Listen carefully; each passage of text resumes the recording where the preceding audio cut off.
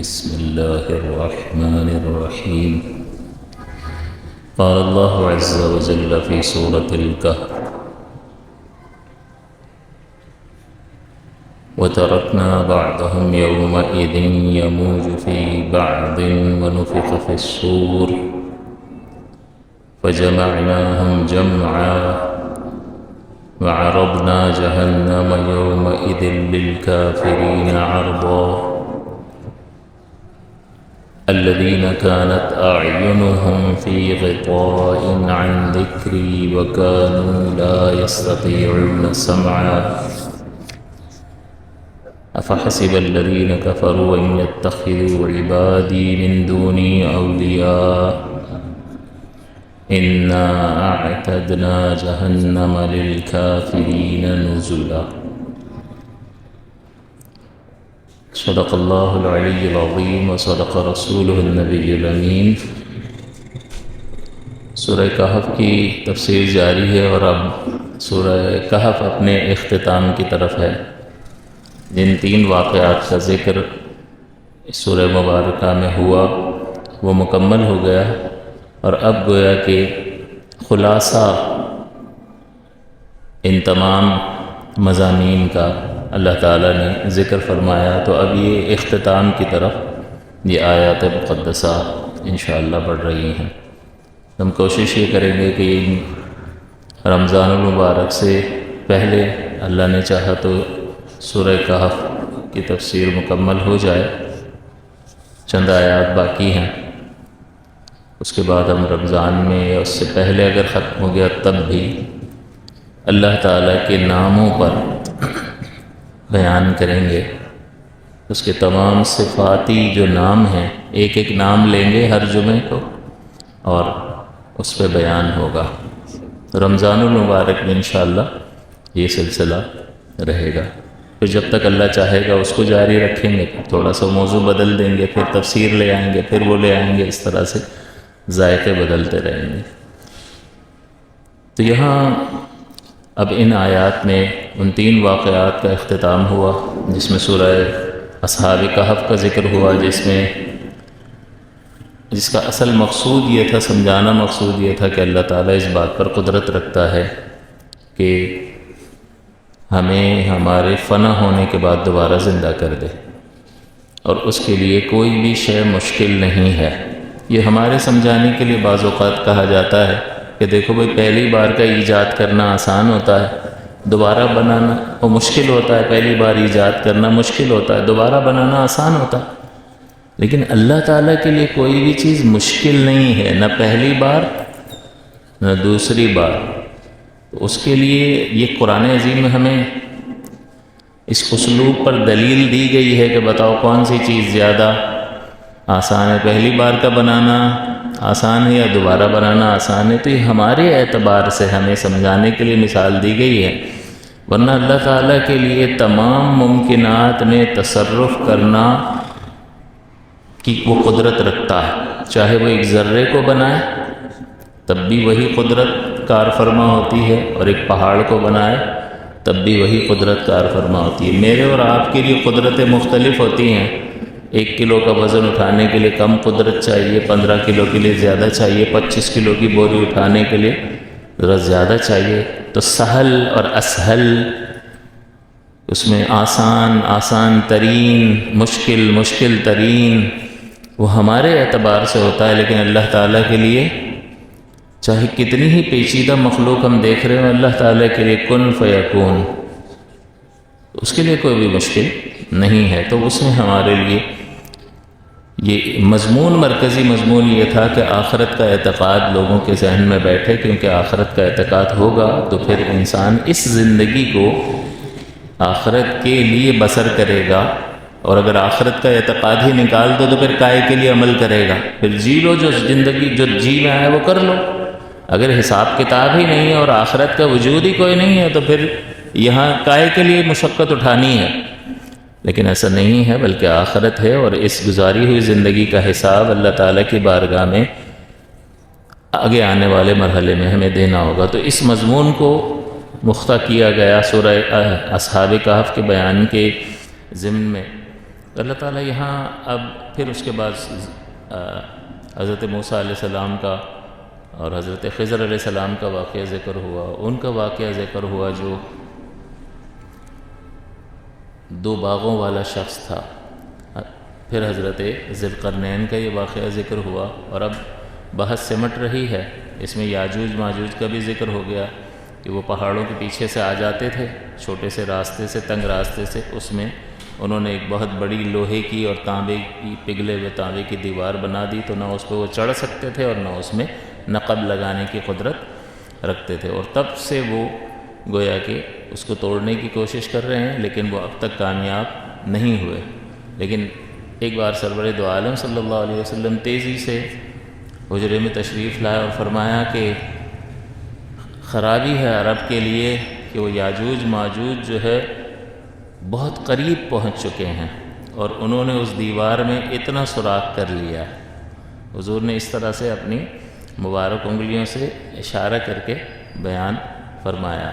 تو بس وہ وقت جو ہے وہ قریب آ چکا ہے، اور ایک وقت آئے گا کہ جب، جیسا کہ ان آیات کے ضمن میں بھی آپ کو بتایا تھا کہ ایک وقت آئے گا، اللہ تعالیٰ فرماتا ہے کہ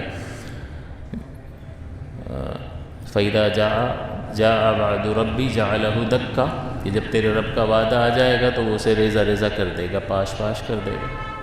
اور اس ضمن میں یہ بھی آپ کو ذکر کیا تھا کہ وہ روزانہ اس کو توڑنے کی کوشش کرتے ہیں، توڑتے رہتے ہیں، سارا دن محنت کرتے ہیں، جب غروب آفتاب ہونے لگتا ہے تو چلے جاتے ہیں کہ چلو پھر کل یہیں سے شروع کریں گے، اور پھر اگلے دن اللہ تعالیٰ اس کو ویسا ہی کر دیتا ہے جیسے پہلے تھی۔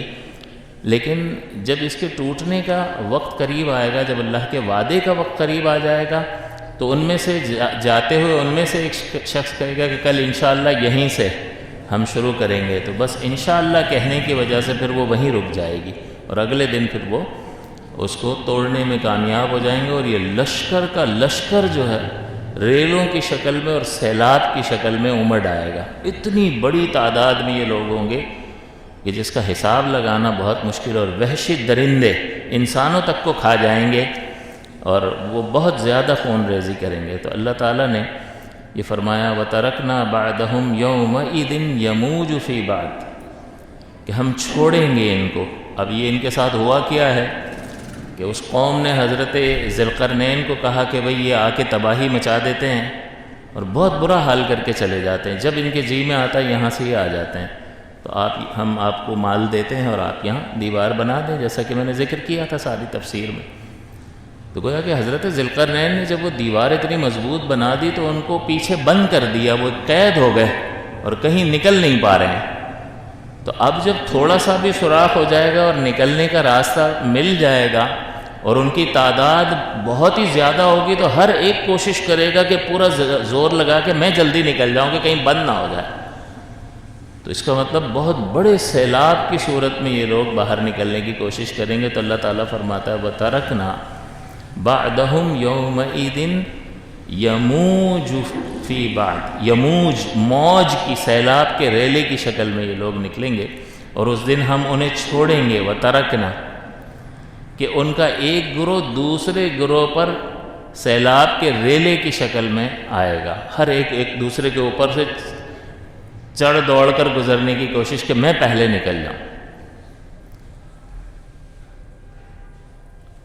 اور پھر اللہ تعالیٰ فرماتا وَنُفِخَ فِي الصُّورِ، اور سور پھونکا جائے گا۔ اس کا مطلب یہ جو واقعہ ہوگا یہ بالکل قیامت کے قریب ہوگا، اور مفسرین نے لکھا کہ یہ علامات قیامت میں سے ایک یہ علامت ہے کہ جب یاجوج ماجوج کا خروج ہوگا تو یہ بہت بڑی علامات قیامت میں سے ایک علامت ہے۔ اور پھر جیسا کہ آپ کو ذکر کیا تھا کہ بہت زیادہ تباہی پھیلائیں گے، کسی کو چھوڑیں گے نہیں، جو ملے گا اس کو ختم کر دیں گے، اور تعداد اتنی ہوگی کہ کسی دریا پر گزریں گے تو ایک گروہ اس کا پورا پانی پی جائے گا، جب دوسرا گروہ آئے گا تو اس کو وہ جگہ بالکل خشک ملے گی۔ یہ حدیثوں میں سرکار دو عالم صلی اللہ علیہ وسلم نے یہ مضامین بیان فرمائے، اتنی تعداد ہوگی ان کی۔ تو یہ دنیا میں جتنے انسان بستے ہیں یہ تو کچھ بھی نہیں ہے، وہ بہت بڑی تعداد میں نکلیں گے، اور یہ سرکار نے فرمایا تو بالکل حق ہے، اور قرآن اس مضمون کو ذکر کر رہا ہے۔ اور پھر یہ سور پھونکا جائے گا۔ سور پھونکنے کا یہ 2 بار ہوگا۔ حضرت اسرافیل علیہ السلام کی ذمہ داری ہے اور حضور نے یہ بھی فرمایا کہ بس وہ قریب ہے، کہ سور اس طرح سے قریب کر لیا گیا ہے اور فرشتہ بس اس حکم کے انتظار میں ہے کہ اب آرڈر ہو تو سور پھونک دو، اتنا قریب ہو گیا۔ حضور نے اس کا بھی قرب بیان کیا کہ بہت قریب ہے اب وہ وقت، تو ایک بہت طویل وقت تو گزر چکا، اب بالکل اس کے مقابلے میں دیکھا جائے تو بہت قریب ہے۔ آپ کہیں گے کہ بھئی حضور تشریف لے گئے، 1500 سال گزر گئے ابھی تک نہیں آیا، تو 1500 سال تھوڑے ہوتے ہیں کیا؟ تھوڑے اس اعتبار سے کہ جب سے دنیا بنی ہے اس اعتبار سے اب وقت کو دیکھو تو آپ کیا کہو گے؟ بہت بڑا وقت گزر گیا اور اب بالکل قریب پہنچ چکے ہیں، اور اب آثار قیامت بہت تیزی کے ساتھ ظاہر ہو رہے ہیں اور اسی طرح سے ہوتے رہیں گے حتیٰ کہ قیامت قائم ہو جائے گی۔ تو یہ سور ایک بار پھونکا جائے گا تو قیامت برپا ہو جائے گی، اور پھر جب اللہ تعالیٰ چاہے گا تو دوبارہ حکم فرمائے گا اور سور دوبارہ پھونکا جائے گا، اور پھر اللہ تعالیٰ ہر ایک کو زندہ کر دے گا، جمع فرما دے گا۔ تو یہاں وَنُفِخَ فِي الصُّورِ، سور پھونکا جائے گا۔ یاجوج ماجوج کے خاتمے کے بارے میں آپ کو بتایا تھا کہ یہ قتل و غارت کرنے کے بعد پھر آسمانوں کی طرف تیر پھینکیں گے، اور اللہ تعالیٰ کی قدرت، مسلم کی روایت ہے، سرکار نے فرمایا کہ اللہ تعالیٰ ان کے تیروں کو خون آلود کر کے زمین پر واپس بھیجے گا، تو وہ سمجھیں گے کہ چلو ہم نے آسمان والوں کو بھی اب قتل کر لیا۔ پھر حضرت عیسیٰ علیہ السلام اور ان کے اصحاب جو ہیں وہ ان کے خلاف دعا کریں گے، اور اللہ تعالیٰ ان کی گردنوں میں ایک کیڑا پیدا کر دے گا، اور وہ اگلے دن سارے کے سارے ایک ساتھ مر جائیں گے، لیکن ان کی لاشیں اتنی ہوں گی کہ اٹھائے کون اور کیسے ان کو صفایا کیا جائے، ان کا تعفن اور گندگی سے زمین بھر جائے گی۔ پھر اللہ تعالیٰ بہت بڑے بڑے پرندے بھیجے گا جو اونٹ کے سائز کے ہوں گے، اور وہ ان کو اٹھا اٹھا کے سمندروں میں پھینکیں گے، اور پھر حدیثوں میں آیا کہ اللہ تعالیٰ بارش برسائے گا، اور ایسی زبردست بارش ہوگی جس سے ہر مکان چاہے وہ کچا ہو یا پکا ہو دھل کر بالکل صاف اور شفاف ہو جائے گا، اتنی بارش برسے گی، اور سارا یہ جو تعفن ہوگا وہ ختم ہو جائے گا۔ پھر حکم دیا جائے گا زمین کو کہ وہ اپنا سبزہ اور اپنی نعمتوں کو اگل دے، تو پھر بڑی نعمتیں اور نعمتوں کی فراوانی ہوگی، حتیٰ کہ یہ فرمایا کہ ایک انار میں پورا ایک قبیلہ کھا لے گا، اتنے بڑے بڑے انار تو یہ اللہ تعالیٰ دکھائے گا۔ پھر اللہ تعالیٰ ایک ہوا بھیجے گا کہ جو مومنوں کے بغلوں سے گزر جائے گی، اور جیسے ہی وہ گزرے گی تو جتنے بھی مومنین ہوں گے وہ سب انتقال کر جائیں گے۔ اس کے بعد صرف وحشی درندے اور کافر اور جانور نما انسان، حقیقت میں جانور ہوں گے فطرت کے اعتبار سے، شکلیں انسانوں والی ہوں گی، یعنی کفار بچیں گے، اور پھر انہی پر قیامت قائم ہوگی۔ تو اللہ تعالیٰ نے فرمایا کہ وَنُفِخَ فِي الصُّورِ فَجَمَعْنَاهُمْ جَمْعًا، پس جمع کریں گے ہم ان تمام کو، سب کو جمع کریں گے۔ اب یہاں یہ آخرت کا اور قیامت کا ذکر ہے، تو جب ہم اس ذکر کو سنتے ہیں تو ہمیں کچھ ہوتا نہیں ہے، ہم اتنے عادی ہو چکے ہیں کہ قصے کی طرح سن لیتے ہیں، اور اس کا کوئی اثر ہم قبول کرنے کے لیے تیار نہیں ہے، کوئی کہانی نہیں ہے، بلکہ آپ بھی اس کا ایک کیریکٹر ہو، میں بھی اس کا ایک کیریکٹر ہوں۔ اللہ تعالیٰ یہاں فرماتا ہے وَنُفِخَ فِي الصُّورِ، کہ سور پھونکا جائے گا، فَجَمَعْنَاهُمْ، پھر جمع کریں گے ہم کو، ہم کون ہے؟ ان سب کو، تو ان سب میں ہم ہیں یا نہیں ہیں؟ تو ہم بھی اس کیریکٹر کا حصہ ہیں، لیکن ہم اس کو اس طرح سے سنتے ہیں جیسے ہم باہر کے لوگ ہیں اور یہ کسی اور کے ساتھ ہونے والا ہے۔ فیلنگ نہیں ہے، ڈر نہیں ہے، اللہ تعالیٰ کا خوف نہیں ہے، اس کی بارگاہ میں حاضری کا خوف نہیں ہے، اس کی جلال کا علم نہیں ہے، چانس لینے والے لوگ بن گئے۔ وہ ڈھیل دیتا ہے تو ہم نے سمجھا چانس لیتے رہو، کوئی مسئلہ نہیں، خیر ہے بڑا کریم اور رحیم، اس نے پیدا فرمایا اور رحمان اور رحیم بن کر ہی، یعنی اس صفت کے اظہار ہی کو مقدم رکھا، وسعت رحمتی کل شیء۔ لیکن ہمیں یہ دیکھنا چاہیے کہ وہ قہار بھی ہے، وہ منتقم بھی ہے، انتقام لینے والا، اور ہماری کوئی حیثیت نہیں ہے۔ ذرا ہمارا کوئی تیزی سے ذرا طاقت سے ہاتھ موڑے نا تو بس ختم، نانی یاد آ جاتی ہے، تھوڑی دیر میں ذرا برداشت کرے گا چیخیں نکلنا شروع ہو جائیں گی، 2 ڈنڈے پڑے بیٹھ جائے گا، کچھ بھی نہیں ہے، اور اکڑتا ایسے ہے، زندگی ایسے گزارتا ہے، کسی کو جواب ہی نہیں دینا۔ تو یہاں اپنے سے زیادہ 2-4 آدمیوں کا تو مقابلہ کر نہیں سکتا ہے، اور اس ساری کائنات کے خالق اور مالک کی نافرمانی کر کے اس کے سامنے کیسے کھڑا ہوگا؟ تو اس کے جلال کو بھی ہمیں پیش نظر رکھنا چاہیے۔ یہ جو واقعہ ہوا گل پلازا کا، اللہ تعالیٰ ہی کے فیصلے سے ہوا یا نہیں؟ جن کی جو بیچارے جان سے گئے، اللہ تعالیٰ ان کی بلا حساب بخشش و مغفرت فرمائے، ان کے لواحقین کو صبر جمیل عطا فرمائے۔ لیکن آپ غور کریں نا کہ ان افراد کی موت کا فیصلہ اللہ نے فرمایا، اس وقت میں، اس جگہ پر، اس طرح سے، بس قلم نے لکھ دیا، بات ختم ہو گئی۔ اس کا ازلی فیصلہ ہے، nobody can change it، کوئی اس کو تبدیل نہیں کر سکتا۔ آپ 100 فائر بریگیڈ یا کچھ بھی منگوا لو نا، انسان کوشش کرتا ہے، ٹھیک ہے، لیکن جس کی آئی وہ کہاں ٹلتی ہے۔ اور اس میں بھی دیکھیں، کوئی گھٹن سے بیچارہ جاں بحق ہوا، کوئی پورا جل گیا، کوئی مرنے سے پہلے جلا، کوئی مرنے کے بعد جل گیا۔ حالانکہ بعض کی باقیات ملی ہیں، ہڈیاں مل رہی ہیں، جبڑے مل رہے ہیں، بچے بھی ہلاک ہوئے، حاملہ عورت بھی ہلاک ہوئی، اس کے پیٹ میں چھوٹا بچہ تھا وہ بھی جاں بحق ہو گیا، بوڑھے، جوان، بچے، عورتیں، وہ جو دنیا میں نہیں آیا وہ۔ تو اللہ تعالیٰ کے جلال کی سمجھ نہیں آتی، اللہ اس سب کو روک نہیں سکتا تھا؟ بھئی اللہ چاہتا تو یہ فیصلہ ہی نہ کرتا نا۔ اور یہ تو آپ نے فلسطین میں نہیں دیکھا کیا ہوا ہے؟ فلسطین میں کتنی خون ریزی ہوئی ہے، لیکن اللہ تعالیٰ جو فیصلہ فرمائے اس پر کوئی اعتراض نہیں ہو سکتا، اس لیے کہ وہ ہمارا مالک ہے، اور مالک اپنی مملوک میں جس طرح کا چاہے تصرف کرے۔ آپ نے ایک گھر بنایا، آپ کا مزہ نہیں آ رہا، اچھا نہیں لگ رہا، پیسہ ہے، آپ نے کہا توڑو دوبارہ بنائیں گے، کوئی اعتراض کر سکتا ہے؟ کوئی کرے گا تو آپ کیا کہو گے؟ تمہیں کیا ہے بھائی، تمہارا پیسہ لگ رہا ہے، تمہاری زمین ہے، سامنے سے یہ جواب آئے گا۔ تو اللہ تعالیٰ کی ذات اقدس میں کوئی اعتراض نہیں کر سکتا کہ بھئی کیوں کس بات کا؟ خالق کائنات، مالک کائنات پہ کون اعتراض کر سکتا ہے؟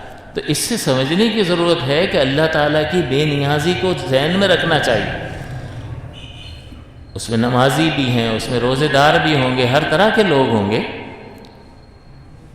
لیکن اللہ کا فیصلہ، کسی کا جانی نقصان بھی ہوا، مالی بھی ہوا، کسی کا فقط مالی نقصان ہوا، اتنی جانیں چلی گئی۔ اللہ تعالیٰ کے اس صفت جلال پہ بھی نظر رکھنی چاہیے، اس کی بے نیازی پر بھی نظر رکھنی چاہیے۔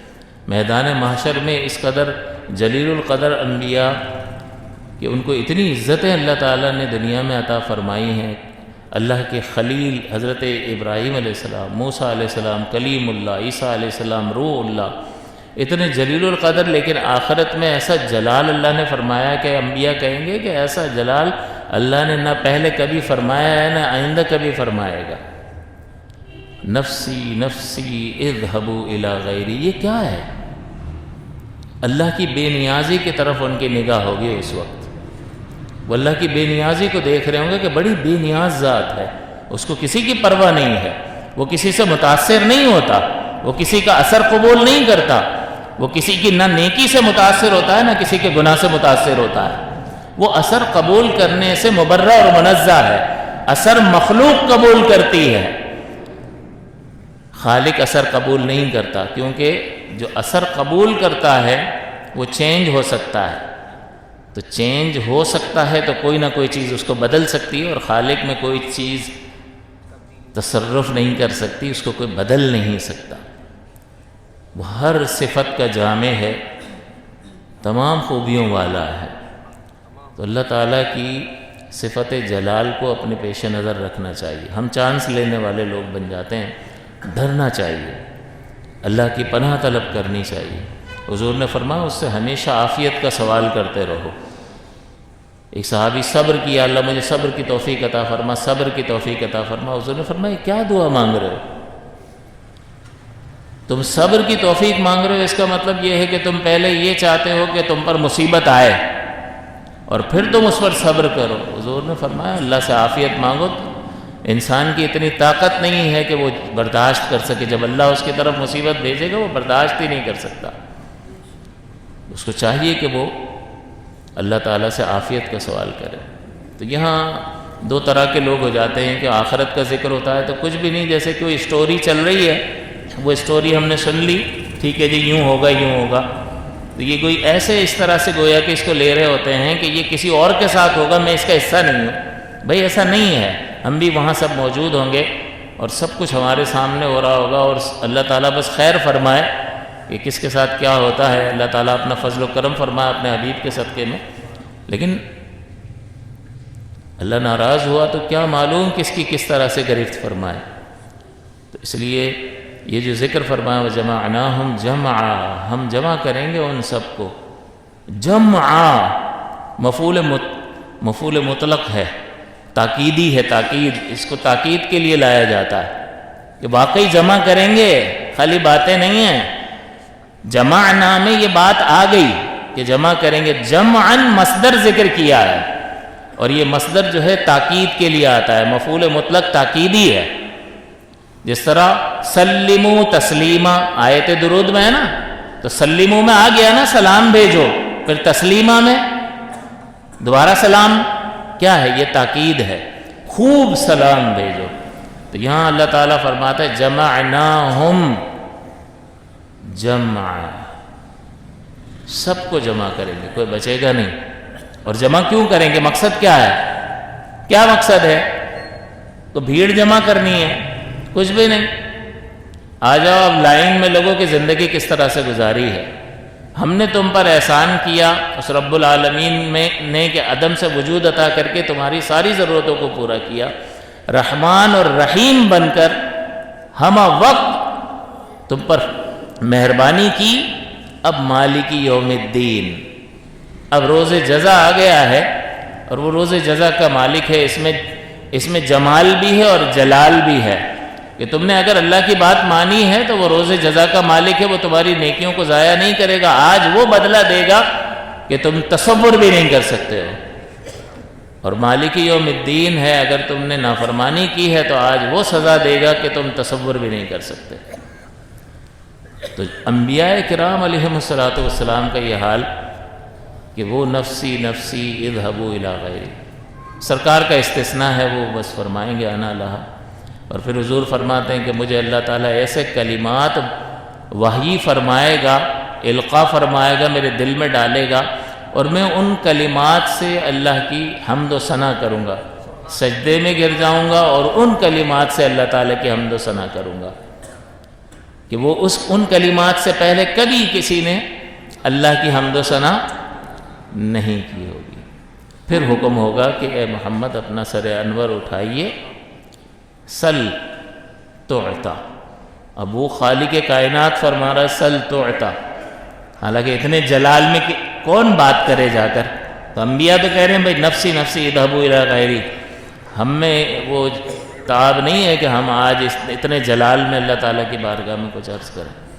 اور نبی کریم صلی اللہ علیہ وسلم کو اللہ نے وہ اعزاز اور اکرام عطا فرمایا، یہی مقام محمود ہے، سل تعطا، آپ مانگیے، آپ مانگیں عطا کیا جائے، واشفع تشفع، آپ شفاعت کریں، آپ کی سفارش کو قبول کیا جائے گا۔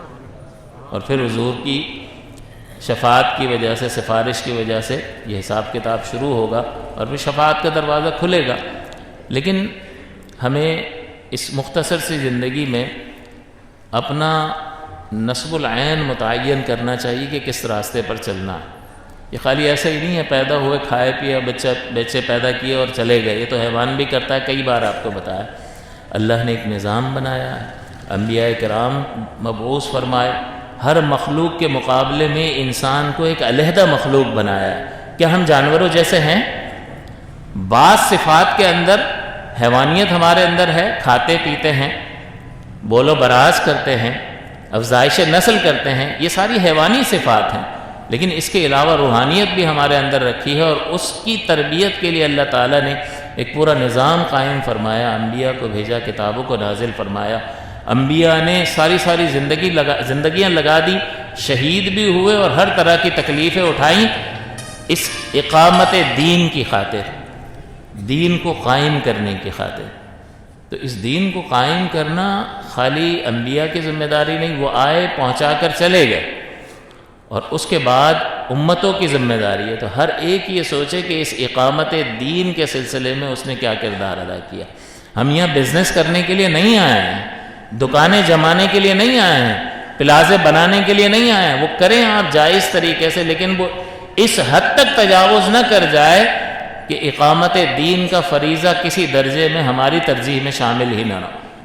وہ جی ہماری جانے والا مولانا کا کام ہے، وہ کرتے رہیں گے تو انشاءاللہ کرتے رہیں گے، لیکن آپ کو بھی یہ دعوت دے رہے ہیں کہ آپ سب پر یہ ذمہ داری اللہ تعالیٰ نے اور اس کے پیارے رسول نے عائد کی ہے، اس کو فیل کریں۔ اقامت دین کی ذمہ داری سب سے پہلے اس وجود پر، اس دین کو اہمیت دے کر، اس کو سیکھ کر اس وجود پر نافذ کر، پھر اپنے ماتحت پر، اور پھر معاشرے کی اصلاح کے لیے اذا رأى منکم منکر فلیغیر۔ یہ علماء سے خطاب نہیں ہے، سب سے ہے۔ تم میں سے جب کبھی کوئی شخص کسی برائی کو دیکھے، فلیغیر امر ہے، تو چاہیے کہ اسے بدل ڈالے۔ تو اب بتاؤ یہ اصلاح معاشرہ کی ذمہ داری کس کی ہوئی؟ صرف عالم کی، صرف مفتی کی، صرف دیندار کی، یا ہر ایک کی ہے؟ ہر ایک کی ذمہ داری ہے، ہر ایک کی ذمہ داری ہے۔ اور ذمہ داری پوری کرے گا شاباش ملے گی، نہیں پوری کرے گا تو پتہ لگ جائے گا کہ قبر میں کیا انجام ہوتا ہے۔ کیونکہ اگر اس معاشرے کی اصلاح کے لیے کوشش نہیں کی تو یہ شخص اس معاشرے کے بگاڑ میں پورا ذمہ دار ہے، اور نبی کے مشن کے سامنے یہ کھڑا ہوا ہے۔ تو جو نبی کے مشن کے سامنے کھڑا ہوگا وہ کامیاب نہیں ہو سکتا، وہ ذلیل اور رسوا ہونے کے اس کے امکانات اور چانسز زیادہ ہیں۔ آپ نے معاشرے کو جو افراد دیے، میں نے معاشرے کو جو افراد دیے اولاد کی شکل میں، ہماری بچوں کی شکل میں، وہ اچھے مسلمان دیے یا گدے دے دیے؟ صرف جسم بڑے کر کے اس معاشرے کو دے دیے، یا اچھا ایک نیک اور پرہیزگار اور متقی مسلمان دیا جو ایک مسلمان کے حقوق کا خیال رکھنے والا ہے، جو اللہ کے حقوق کی رعایت کرنے والا ہے؟ ہم نے اس معاشرے کی اصلاح کے سلسلے میں کیا کردار ادا کیا ہے، ہر ایک سے پوچھا جائے گا۔ آپ نے آیات تو سنی ہے نا قرآن عظیم کی، کہ جو اس دنیا میں فاحشہ کا لفظ آیا کہ یہ برائی پھیلانے کی جستجو کرتا، کہ وہ چاہتا ہے ان تشیع الفاحشہ، کہ برائی پھیل جائے، تو اس کے لیے سخت اللہ تعالیٰ نے ناراضگی کا اظہار فرمایا ہے۔ تو کیا یہ برائی کا پھیلانا نہیں ہے کہ معاشرے میں کوئی ایسے افراد دینا کہ جو بالکل دین سے بے بہرا ہوں، تو وہ معاشرے کا کیا کریں گے؟ صرف یہ سکھا کے بھیج دینا کہ بیٹا دیکھ پیسے کمانا ضروری ہے، اگر سچ بولے گا تو بھوکا مرے گا، تیرے باپ نے بھی جو ہے نا یہ جائیداد جو ہے یوں ہی نہیں بنائی ہے، یہ چالاکیوں سے بنائی ہے تیرے باپ نے۔ تو یہ باپ خود سارے الٹے کام کر کے اب اولاد تک یہ منتقل کر رہا ہے، تو یہ کیا سمجھتا ہے کہ یہ فلاح پا جائے گا، یہ کامیاب ہو جائے گا؟ اور یہ کون سا فرد معاشرے کو دے رہا ہے؟ کیا یہ معاشرے میں بگاڑ کا سبب نہیں بنے گا؟ یہ بہت بڑا سبب بنے گا۔ اور انبیاء کی تشریف آوری کا مقصد کیا تھا؟ علم کو عام کرنا اور اقامت دین، اصلاح معاشرہ۔ اور یہ شخص جو ہے معاشرے کے بگاڑ میں بھرپور کردار ادا کر رہا ہے، تو یہ بالکل نبی کے مشن کے سامنے کھڑا ہے اور اس کو جواب دینا ہوگا۔ لہٰذا ہر ایک اپنی ذمہ داری کو محسوس کرے۔ فَلْيُغَيِّرْهُ بِيَدِهِ، تو اسے چاہیے کہ اس برائی کو اپنے ہاتھ سے بدل ڈالے۔ اگر قوت نافذہ اس کے پاس ہے، اگر سربراہ ہے تو وہ روکے گا، اس کی ذمہ داری ہے۔ فَإِن لَّمْ يَسْتَطِعْ فَبِلِسَانِهِ، اگر اس کی طاقت بھی نہیں ہے تو اپنی زبان سے روکے گا۔ فَإِن لَّمْ يَسْتَطِعْ فَبِقَلْبِهِ، تو آپ بہت ساری جگہوں پر ہاتھ سے روک سکتے ہو۔ آپ برائی کو اپنے گھر میں نہیں روک سکتے؟ روک سکتے ہیں۔ ہاتھ زبان سے نہیں روک سکتے ہیں، تو وہاں دل میں برا جاننے کا معاملہ نہیں چلے گا، وہاں تو آپ کے پاس قوت نافذہ ہے، آپ کو نفاذ کرنا پڑے گا، شریعت کو نافذ کرنا پڑے گا۔ اور اگر اس کی استطاعت نہیں ہے جہاں پر فَبِقَلْبِهِ تو اپنے دل میں برا جانے وَذَلِكَ اضعف الایمان، اور یہ ایمان کا کمزور ترین درجہ ہے۔ تو یہ دل میں برا جاننے کا مطلب یہ ہے کہ اس سسٹم کا حصہ نہیں بننا کہ یار اب سبھی کر رہے ہیں چلو ہم بھی کر لیں۔ آپ کو ایک امتیازی حیثیت اپنی رکھنی ہی ہے، سیلاب کے ریلے کے مخالف ہی آپ کو چلنا ہوگا اگر وہ حق کا راستہ ہے تو۔ سارے اس طرف آ رہے ہوں اور وہ غلط راستہ ہو اور اس طرف جانے والا راستے میں اگر آپ اکیلے ہو تو آپ کو اپنے راستے کو اس کثیر تعداد کو دیکھ کر نہیں چھوڑنا ہے، ورنہ آخرت میں ناکامی کا سامنا رہے گا۔ تو اللہ تعالیٰ تو جمع فرمائے گا فَجَمَعْنَاهُمْ جَمْعًا، یہ جمع کریں گے ہم ان سب کو۔ تو جمعاً جو ہے وہ تاکید ذکر فرمائے کہ کوئی بچے گا نہیں، وہاں سب حاضر کیے جائیں گے۔ تو وہاں تو اللہ تعالیٰ قادر مطلق ہے، ہر ایک کا اعمال نامہ اس کے ہاتھ میں دے دیا جائے گا اور پھر وہ حساب دیتا پھرے گا۔ وَعَرَضْنَا جَهَنَّمَ يَوْمَئِذٍ لِّلْكَافِرِينَ عَرْضًا، یہاں بھی مفعول مطلق دوبارہ آ گیا۔ عرضاً ہم پیش کریں گے، سامنے رکھ دیں گے، کس چیز کو؟ جہنم کو، یومئذ اس دن، قیامت کے دن، للکافرین کافروں کے لیے، عرضاً، عرضنا بھی فرمایا اور آگے عرضا، عین را ضاد علی زبر ضا، یہ کیوں؟ بالکل واضح طور پر ان کے سامنے رکھ دیں گے تاکہ وہ دیکھ لیں۔ ایک آدمی کو لے جاؤ اور ڈال، ایسے ہی اس کو پتہ نہ ہو آگے کون سی گلی میں جہنم ہے، گھسیٹ کے لے جا رہے ہیں اور اچانک قریب آئے اور ڈال دیا، وہ بھی سزا ہے، سختی ہے۔ لیکن ایک یہ کہ سامنے ہم رکھ دیں گے ان کو، اس سے جو وحشت طاری ہوگی ان پر کہ اس میں ڈالیں گے ہمیں، اس سے جو وحشت طاری ہوگی اس کو دیکھنے کے بعد وہ سارا نشہ ختم کر دے گی۔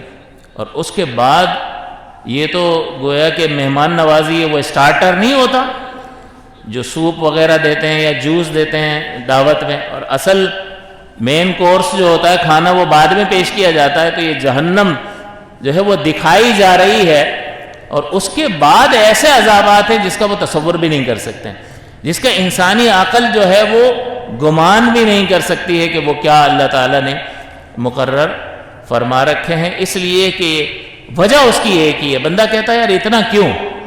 وجہ اس کی ایک ہی ہے کہ اپنے خالق کے وجود ہی کا انکار کیا اس نے، سب سے بڑے حق کا انکار کر دیا اس نے، اس کے وجود پاک کو تسلیم نہیں کیا، یعنی کفر میں مبتلا ہو گیا، جس کا مطلب کفر کی اتنی بڑی سزا ہے۔ باقی دنیا جہاں کی نیکیاں کرتا رہے، آگے آ جائے گا۔ آپ کو یہ ریلز بھی ملتی ہوں گی سننے کے لیے، اس کا بھی میں جواب دے دوں گا اگلے درس میں، کہ یہ نماز نہیں پڑھتے، یہ کافر ہیں سارے، لیکن لوگوں کی خدمت کیسے کرتے ہیں، یہ نماز بھی پڑھتا ہے یہ نہیں کرتا۔ وہ خواہ اس کو ان کو اس وقت اسلام ہی یاد آ رہا ہوتا، حالانکہ اسلام نے جو حقوق بیان کیے ہیں قرآن میں پڑھیں تو پڑھنے سے تعلق رکھتے ہیں، کہ چھوڑا ہی نہیں ہے کسی کو بھی، اور کسی کے بارے میں کوئی غلط کام کا تو تصور ہی نہیں ہے، کسی کو تکلیف پہنچانے کا تو اسلام میں کوئی تصور ہی نہیں ہے۔ ہر ایک کے ساتھ جو ہے احسان اور حسن سلوک کا اللہ تعالیٰ نے حکم فرمایا ہے۔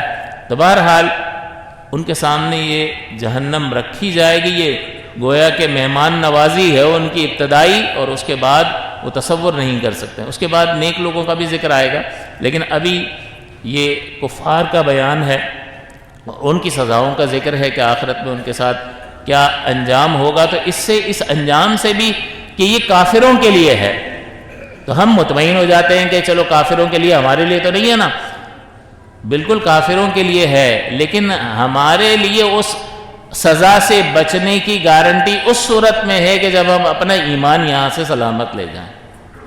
ایمان بھائی مسلمان ہیں تو مسلمان ہی مریں گے، ایسا نہیں ہوگا، آپ کو اس کے لیے اہتمام کرنا پڑے گا، آپ کو دین سیکھنا پڑے گا تاکہ آپ کے عقائد کا تحفظ ہو سکے اور کوئی آپ کو گمراہ نہ کر سکے۔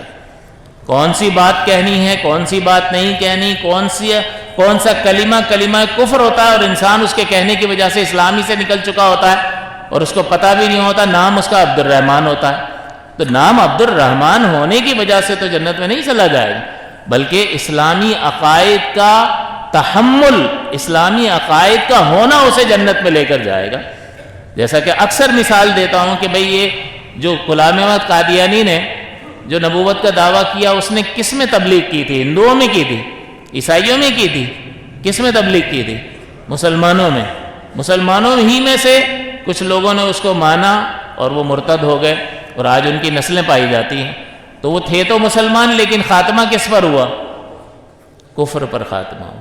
آج بہت سارے لوگ گمراہ ہو جاتے ہیں، بہت ساری چیزوں کا انکار کر بیٹھتے ہیں، بہت سارا کفر زبان سے بول رہے ہوتے ہیں، کتنے ہمارے پاس مسائل آتے ہیں سری کفر بول رہے ہوتے ہیں، پھر ہم انہیں کہتے ہیں کہ واضح کفر ہے اور اس میں آپ کو تجدید ایمان فرض ہے، اور تجدید نکاح اگر شادی شدہ ہو تو تجدید نکاح بھی کرنا لازم ہے۔ تو یہ کافر کا لفظ آتا ہے تو ہم بڑے مطمئن ہو جاتے ہیں کہ کافروں کے لیے ہے نا، بھئی کافروں کے لیے ہے، لیکن اپنے ایمان کا اگر ہم نے تحفظ کا اہتمام نہیں کیا تو کہیں ایسا نہ ہو جائے خدا نخواستہ کہ ہمارا خاتمہ معاذ اللہ ثم معاذ اللہ ثم معاذ اللہ ایمان کے علاوہ کسی اور چیز پر ہو جائے، تو پھر انجام کار کیا ہوگا؟ پھر تو نجات ہمارا مقدر نہیں بن سکتی ہے۔ اس لیے اس سلسلے میں بہت زیادہ احتیاط کی ضرورت ہے، اور یہ اللہ سے دعا کی صورت میں احتیاط ہوگی۔ سب سے پہلے ایمان کی سلامتی کی ہمیشہ ہر نماز میں دعا کیا کریں، خاتمہ بالخیر کی ہمیشہ دعا کیا کریں پانچوں نمازوں میں، اور ویسے بھی جب بھی موقع ملے تو آپ کی کوئی بھی دعا اس دعا سے خالی نہ ہو کہ یا اللہ میرا خاتمہ بالخیر فرمانا اور میرا انجام ہمیں اچھا کر دینا، میرے پاس عمل کچھ بھی نہیں ہے، اپنے کسی عمل پہ بھروسہ نہیں ہے، تیرے فضل پر بھروسہ ہے، اپنا فضل فرمانا، اور پھر ایسے اہتمام اور اقدامات کرنا کہ دین کو اچھے طریقے سے، خاص کر عقیدے کو سیکھنا، تاکہ کوئی بھی عقائد میں بگاڑ پیدا کرنے والی چیز ہم پر اثر انداز نہ ہو سکے، کیونکہ یہ موبائل آج کے اس دور میں ایک بہت بڑا فتنے کی شکل میں ہمارے ہاتھوں میں موجود ہے۔ کوئی بھی کچھ بھی کہہ رہا ہوتا ہے اور ہم اس کو سن رہے ہوتے ہیں، اور اس کی بات بعض اوقات اثر کر جاتی ہے اور پتہ نہیں چلتا۔ حضور نے فرمایا ہے کہ ایک ایسا وقت آئے گا کہ انسان صبح کو مومن ہوگا، شام کو کافر ہوگا، شام کو مومن ہوگا، صبح کو کافر ہوگا۔ یہ میری اور آپ کی بات نہیں ہے، کسی ناول میں نہیں لکھا ہوا، یہ مخبر صادق صلی اللہ علیہ وسلم نے بیان فرمایا۔ ان کو کس نے بتایا؟ اللہ نے خبر دی ہے۔ تو اس مخبر صادق، سچی خبریں دینے والے اللہ کے پیارے رسول نے بتایا، تو ہمیں ڈرنا چاہیے، اہتمام کرنا چاہیے۔ ہم بالکل بہت کمزور مخلوق ہیں، ذرہ برابر یہ سردی ذرا سی برداشت نہیں ہوتی ہے تو اللہ کے عذاب کی کہاں تاب لا سکتا ہے۔ تو اس لیے انسان کو کوشش کرنی چاہیے کہ وہ اپنی ایمان کے تحفظ کے لیے ہر اہتمام کرے۔